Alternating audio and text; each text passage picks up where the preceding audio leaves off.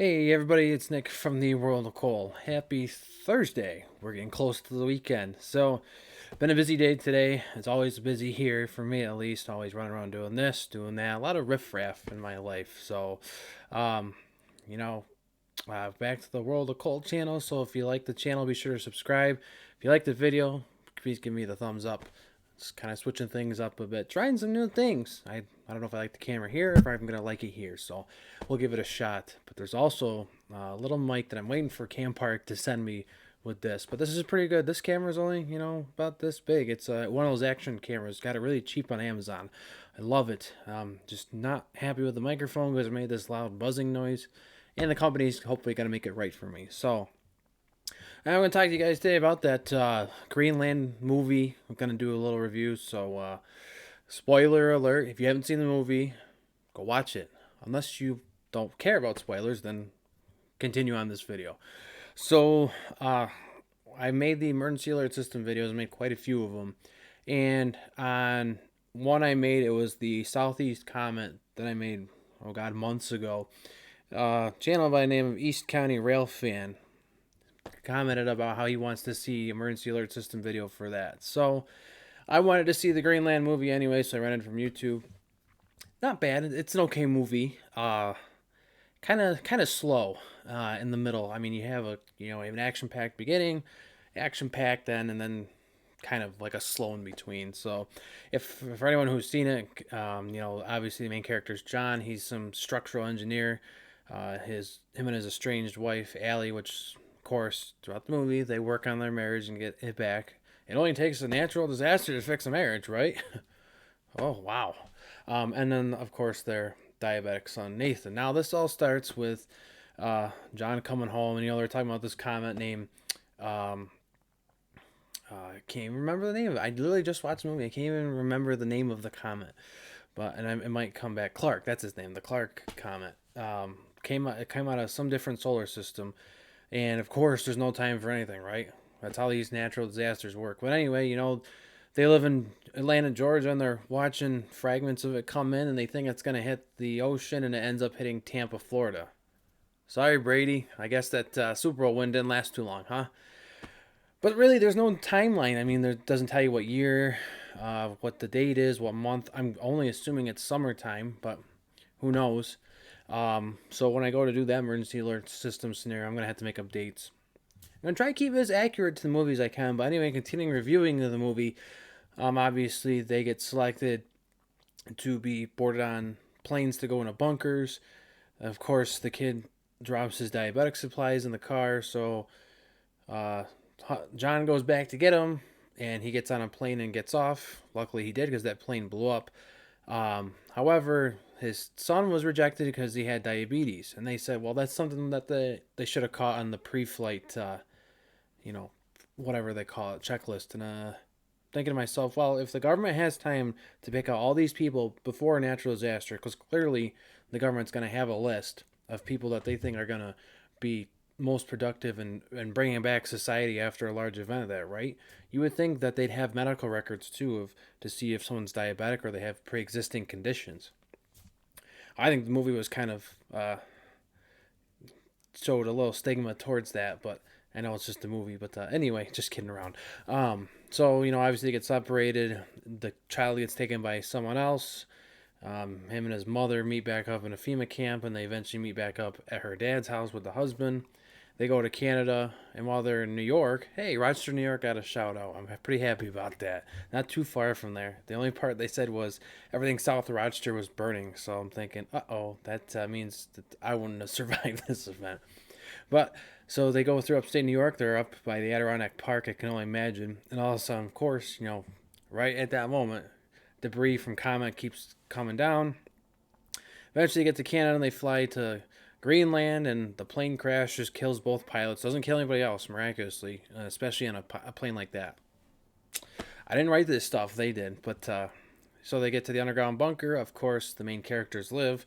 9 months later, they come out of the bunker. Now, mind you, this is a 9-mile wide asteroid, something bigger than the dinosaurs. They somehow all survived that.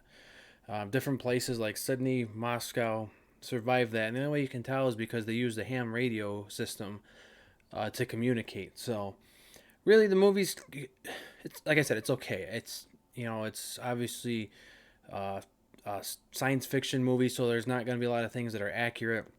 Like the asteroid hit Europe, and somehow Paris was still not underwater. But when they showed the map, it was destroyed. So I don't know. But otherwise, it was a relatively okay movie. A lot of suspense and drama at the beginning, especially when the neighbors find out that they weren't selected, and one neighbor tries to get the family to take their daughter, and of course she can't. So that created conflict, and it was never discussed again after that. I mean, all the events they have in this movie just don't get discussed again. Um, but the main characters go through a lot, and it's a short time frame because the whole movie is presented really in a 48-hour span from the time the first fragment hits Florida to, well, they figure they have so much time to get into Canada, and really they run out of time and they get underground just in the nick of time, literally like a minute before, what did they say? A minute and 20 seconds before the whole impact. So I don't know if I believe a lot of that. It is a movie, but otherwise Gerard Butler played a good thing, a good character that is, and a lot of different things. Obviously, like I said, a marriage gets saved by a natural disaster. There's something to say about that too. Really, if a marriage is already on the rocks and something like that happens, there's a more likelihood that there's going to be some kind of divorce. I mean, obviously, survival instincts kicked in, and they work things out, and of course, they're still married at the end of the movie while they're underground for 9 months.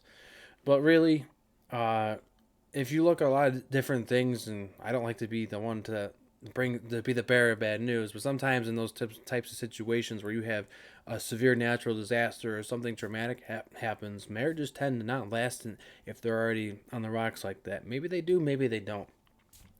Sometimes they do, sometimes they don't. It's all a matter of case by case. Everything is case by case. So I rented the movie from YouTube. Not disappointed, but not the best sci-fi movie I've ever seen. It kind of reminds me of, I think, what was it, The Day the Earth Stood Still, the one with Keanu Reeves, where there's a little bit of action in the beginning, a lot of action at the end, and then just the characters. I described it when I watched it as a kid as characters just walking around the whole movie, and that's what this movie was basically like. The whole Greenland movie was just characters. Obviously, we're watching the main plot of survival, but all these subplots of family and surviving, mass panic, which there would be mass panic. And, I do like one of the points they brought up. So the governments and the militaries spent all this time keeping the underground bunkers classified, and all people had to do was go on the internet and watch where the aircraft were going. Simple as that. It seems a little too simple, in my opinion, but again, it's a movie. It wasn't bad, but that's kind of where I spent my day. Other than running my errands and still working on that budget, waiting for everything to come together and waiting for pricing. So we'll see where it goes from there. But next video, hopefully tomorrow, if I can get a good head start on it, will be the emergency alert system video for the Greenland movie. It's probably gonna be called the Greenland scenario. Again, not everything is going to be totally accurate towards. I'm going to have to make some things up because really, they didn't use a lot of the emergency alert system in the video in the movie. They've only used it 3 times. 2 of them were presidential alerts to tell the main characters they were selected to be saved, and the third one was the debris falling on southern Canada and upstate New York. So I wrote down a list of some of the cities that were destroyed that we could have United States emergency alert systems because again, they didn't really show much of Australia. They did mention some other places, like I think they said Colombia was destroyed in the movie. But, they show a map at the end of Europe and North America. So I can go from there. I can make things up. They did have a statement from NASA on there. So easily can write all that stuff down and, put it together. So put it in some kind of new, not like a news type video, but like a news like radio or weather radio. Those are easier to do because then I don't have to try to outsource that type of work to have, like you're having a pretend news story with other people or sourcing out audio work. It's easier to do everything by the the voices on the computer, which I don't have all of them still. I used to have them before this thing crashed on me a while ago, so I'm slowly working my way back to get all those. But that's the next project here. Otherwise, the rest of the day is just gonna be continuous getting ready for spring stuff, and then we'll see what the weekend brings. So, thanks for watching this episode of World of Cole, and we'll see you guys in the next one.